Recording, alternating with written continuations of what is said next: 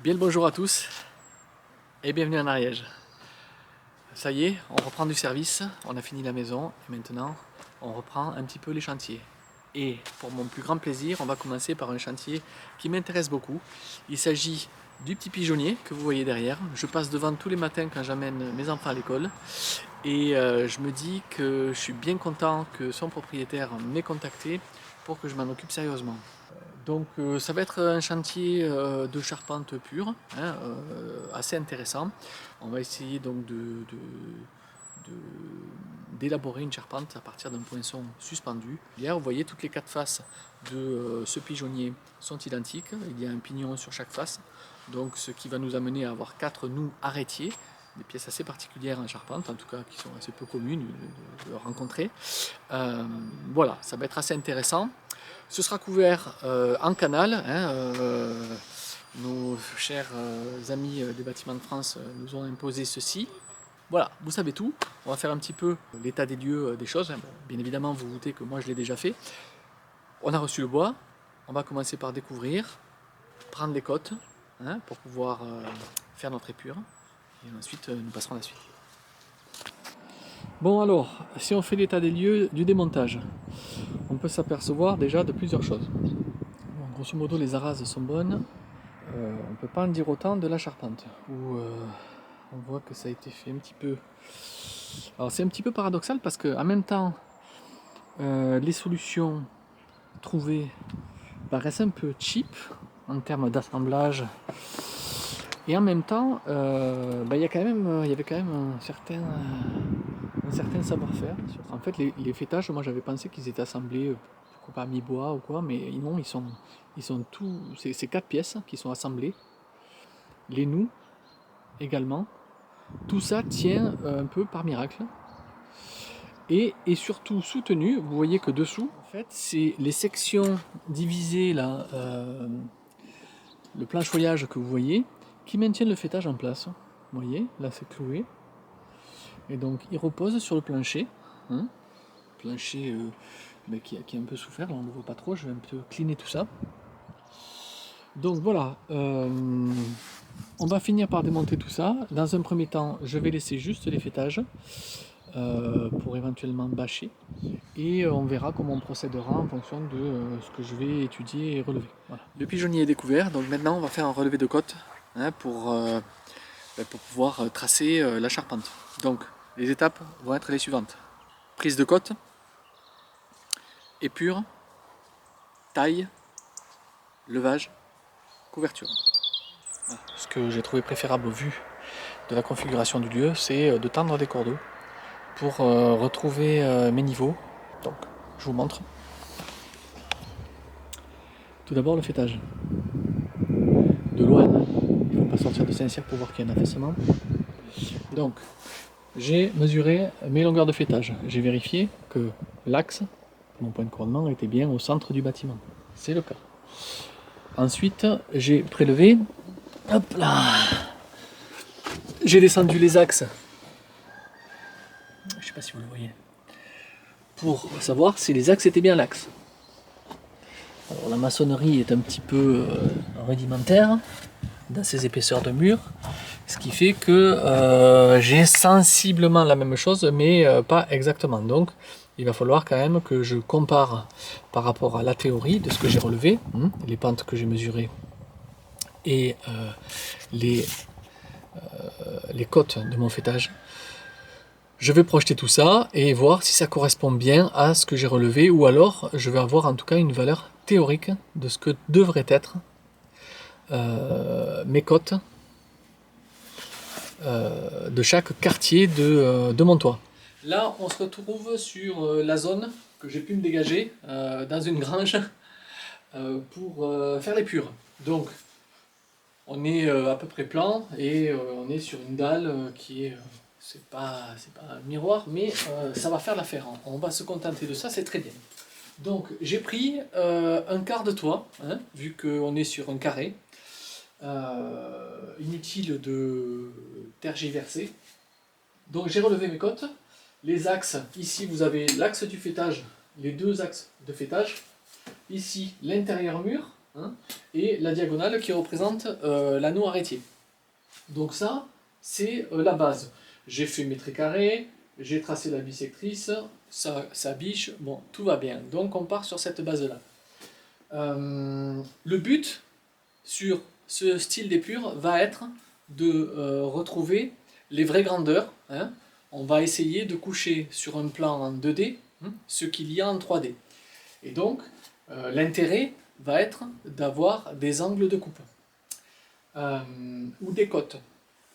Donc là, les premières choses à faire, quand on a établi, on va dire, l'enrayure de la partie à travailler, on va établir deux choses dans un premier temps. Donc, on va faire l'élévation du chevron d'emprunt. Alors, qu'est-ce que c'est l'élévation du chevron d'emprunt? Chevron d'emprunt, axe, niveau, lati. C'est une petite ritournelle, ça qu'il faut garder tout le temps à l'esprit. C'est-à-dire que c'est nos trois repères auxquels il faut prendre l'habitude d'avoir comme référence. L'axe, le niveau, ligne de trave, vous l'appelez comme vous voulez, un niveau de référence hein, sur lequel on se base, et le lati, la vraie longueur de notre rampant. Donc, là j'ai reporté les débords de toit pour avoir vraiment mon point zéro. La maçonnerie n'est pas en très bon état, vous l'avez vu sur ce pigeonnier. Du coup, au début j'étais parti pour prendre pour référence l'intérieur des murs, mais c'est pas très fiable. Alors finalement, j'ai projeté les débords pour avoir quelque chose d'un peu plus fiable qui va me permettre d'être un petit peu plus précis dans ce marasme de maçonnerie. Donc ça c'est ma ligne de trave. Le but du jeu de l'élévation de mon chevron d'emprunt est de connaître premièrement la hauteur de mon point de couronnement. Cette hauteur de point de couronnement va me permettre après de faire l'élévation de ma noue.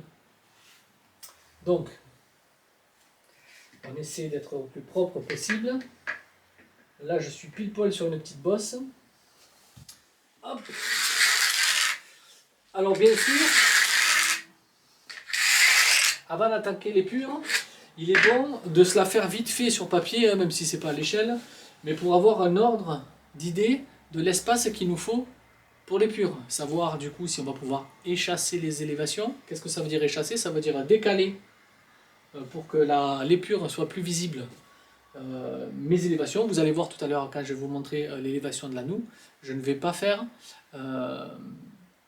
je ne vais pas échasser mon élévation, elle va être directement la ligne de trave de mon élévation va être la ligne de l'axe de la noue sur ma vue en plan. Ok, donc ça c'est fait. Ensuite, hop, je retourne là-bas et en fait j'ai mesuré ma pente. Donc j'ai mesuré ma pente. Déjà, quand je suis arrivé, la première chose que j'ai fait, j'ai pris mes côtes, hop, j'ai mis un petit coup de déclinomètre, et j'ai vu, grosso modo, même si les chevrons étaient bien pourris, que j'avais une pente de 30 degrés, 57%. Du coup, j'ai revérifié, une fois que j'ai tout démonté, j'ai tracé. Qu'est-ce que ça veut dire? C'est assez simple, en fait.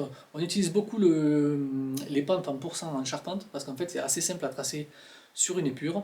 Il s'agit juste de se mentaliser que, par exemple, 30 degrés, ça fait 57%. Ça veut dire que pour 100 cm, je monte ou je descends de 57 cm. Voilà, si vous retenez ça, c'est bon. Pour revenir en degrés, 57 divisé par 100 égale la tangente de l'angle. Bon, ça c'est dit. Alors, donc du coup, je vais partir de là-bas, je vais tracer 1 mètre, faire un point à 57 cm, rejoindre le trait que je viens de tracer, l'axe de mon chevron d'emprunt, et puis j'aurai la valeur de mon point de couronnement. Alors, donc, je monte de la valeur de ma pente, j'ai mon point, j'ai mon zéro, je relie tout ça. Là, je fais attention de ne pas marcher sur... J'ai l'élévation de mon chevron d'emprunt. Je suis d'équerre. J'ai mis ma pente. J'ai défini mon point zéro. J'ai mis ma pente. Là, j'ai mon point de couronnement. Accessoirement, si je reporte mon poteau, mon poinçon, pardon, je commence à avoir ce qui ressemble à la taille de mon point de couronnement sur mon poinçon. Donc là, c'est bien le lati, hein, c'est le us du chevron, le dessus du chevron, on est bien d'accord. À cette étape-là, le plus dur est fait. C'est-à-dire que, si vous voulez, donc j'ai découvert. J'avais pris les côtes ortout lors de ma visite sur chantier.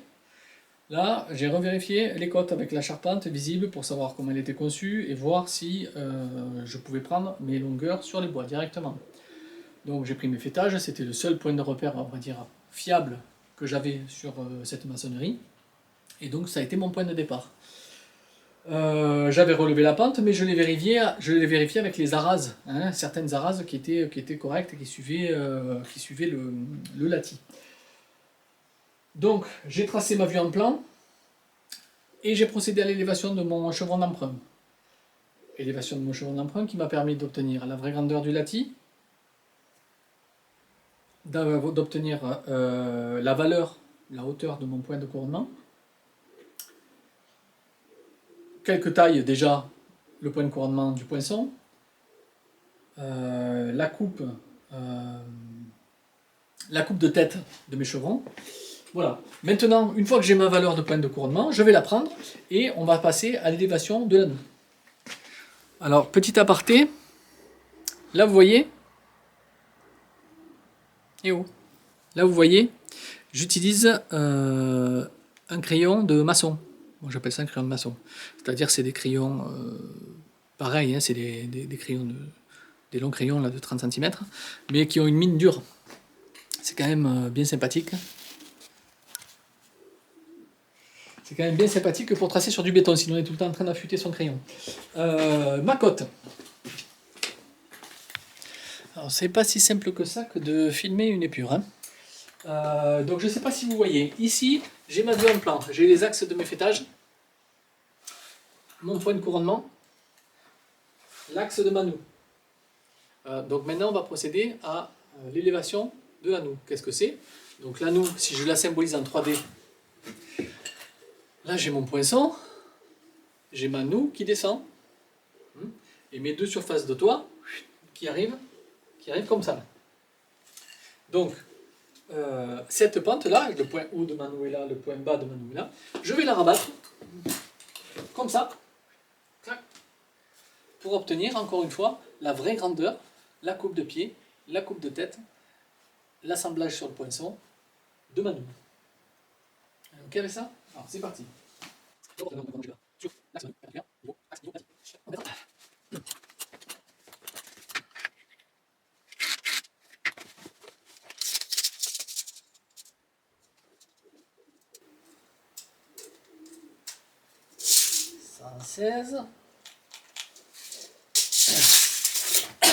Et c'est là que je m'aperçois que j'ai oublié ma règle de 3 mètres sur le pigeonnier qui est à 100 mètres. Donc c'est parti, on y va. Petit rappel.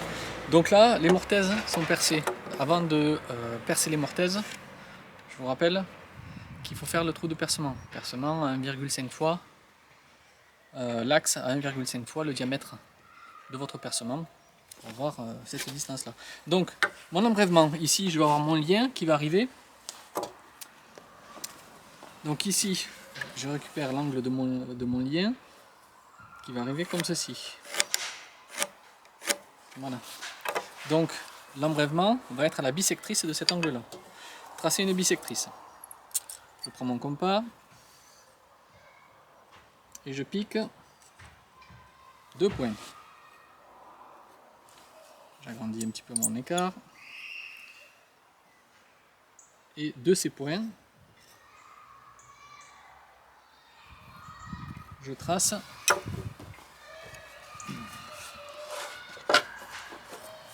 ma bisectrice.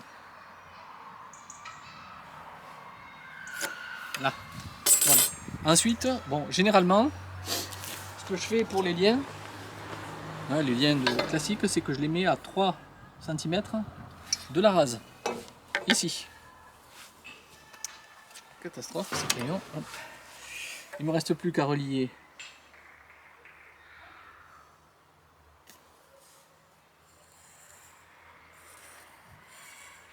tac, et là j'ai mon embrèvement, mon lien qui arrive, mon appui contre le fêtage à la bissectrice, de 3 cm de profondeur, d'équerre à la rase. Ok ?